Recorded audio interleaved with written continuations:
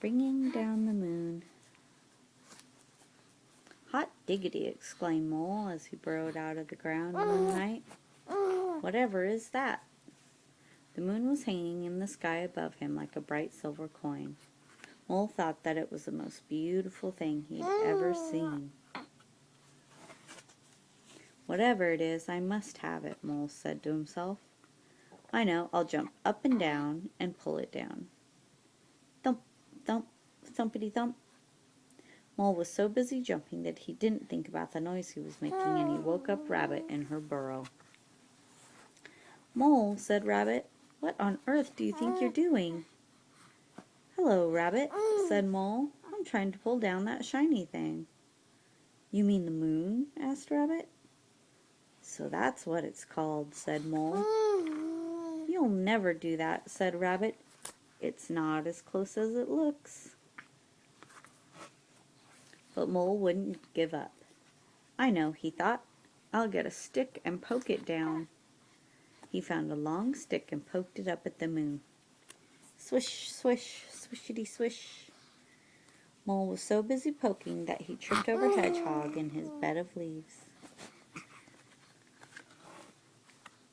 Mole, grunted Hedgehog, what the weevil are you up to? Hello, Hedgehog, said Mole. I'm trying to poke down the moon. You'll never do that, said Hedgehog. It's not as close as it looks. But Mole would not give up. I know, he thought. I'll throw something at it and knock it down. Found some acorns and threw them at the moon. Plink, plink, plinkety plink. Ouch, said Squirrel. Mole, have you gone nuts? Hello, Squirrel, said Mole. I'm trying to knock down the moon. You'll never do that, said Squirrel. It's not as close as it looks. But Mole wanted the moon so badly he would not give up. I know, he thought. I'll climb a tree and carry it down. Mole had never climbed a tree before. It was hard work, and he was scared to be so far from the ground. But he kept going on until he saw the moon resting in the leaves above him. Mole stretched out his paws, but just when he thought he had the moon, he slipped. Oh, eek! Ouch! Oh! Mole tumbled down and landed splash in the middle of a puddle. Hot diggity drat, thought Mole. I almost had it that time. Then he noticed something floating in the puddle beside him. It was pale and wrinkled, but Mole recognized it at once. The moon, whispered Mole. It must have fallen down with me.